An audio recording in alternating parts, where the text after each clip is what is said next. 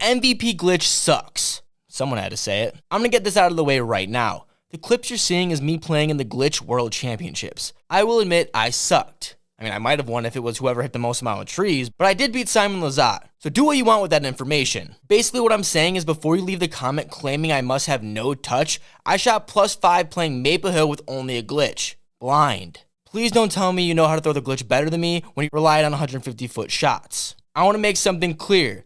I think every disc golfer should throw whatever they want regardless of whatever joke I make. However, to claim the glitch saved your disc golf game or even added more value than any natural putter is crazy to me. Seriously, name a shot you would use the glitch over any normal putter. I know most of you are stumped right now trying to think of an answer. I'll help you out. I genuinely think the glitch is a great disc to throw a standstill forehand, letting the disc naturally turn due to the understability. It glides for days. You want to know how many people use the glitch for that specific shot? Probably like 3 of them, and I'm not even one.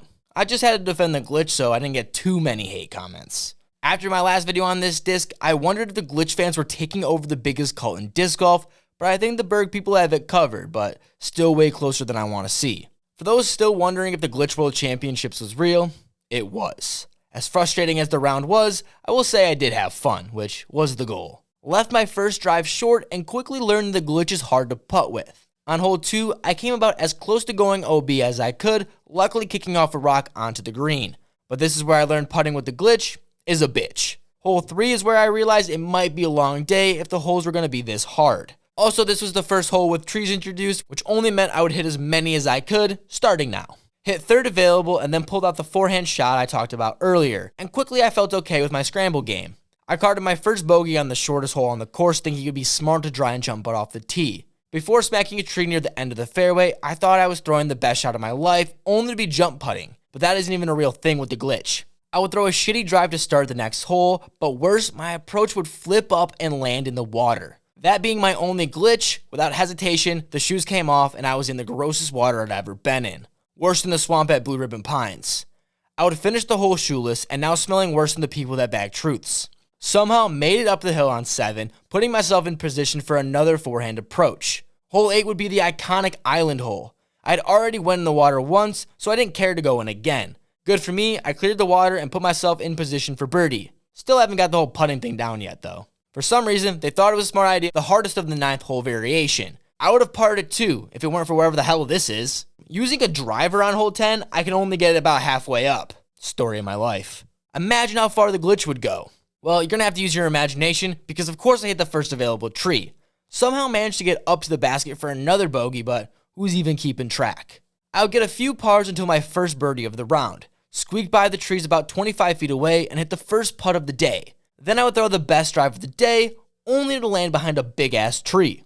I would take my anger out on the next hole by smacking one of his friends. Might have sacrificed a stroke, but it was for the greater good. Must have not been enough because I came back out swinging, this time bouncing off the tree and in circle 1. Finally catching some sort of luck, and I capitalized on the opportunity. Hole 17, I managed to save myself a bogey with the step putt. I didn't even know you could do that type of thing with this disc. And then I ended my round the only way I knew how, by smacking the tree right in front of me. So for all you saying I can't throw the glitch, clearly that's not true. You saw me throw the glitch hard as right into those trees. The reason I say the glitch sucks is because there isn't anything this disc can do any other putter can't do, besides play catch on the beach, which is not the flex you think it is.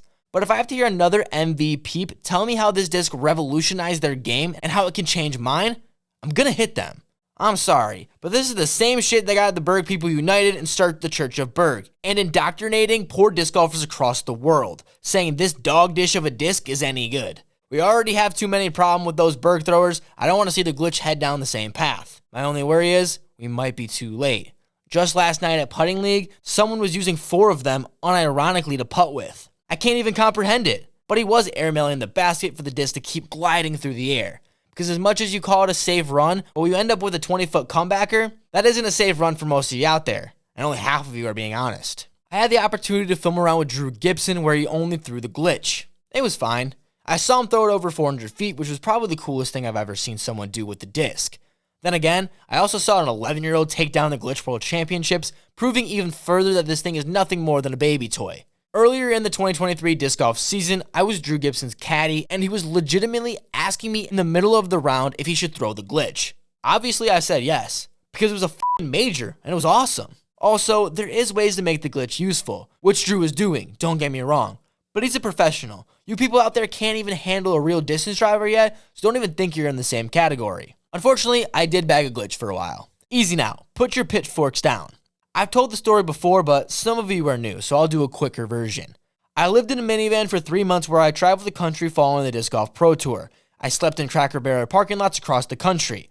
One night, I met a life coach who also lived in his car, which is a wild concept, but I won't unpack that now. I expressed to him that I was upset because I forgot to catch disc on my trip. The nice guy he was gave me the glitch he had stashed in his car. Shout out to the life coach. I hope our paths cross one day, or I'll see you on the Masters Tour. Sorry guys, but the glitch just isn't it.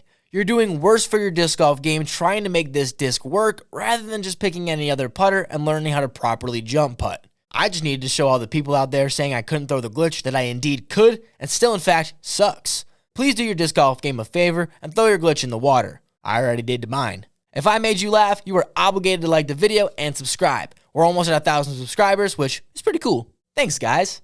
Oh, and if you want to know disc golf manufacturer's best and worst disc, check out the video right here.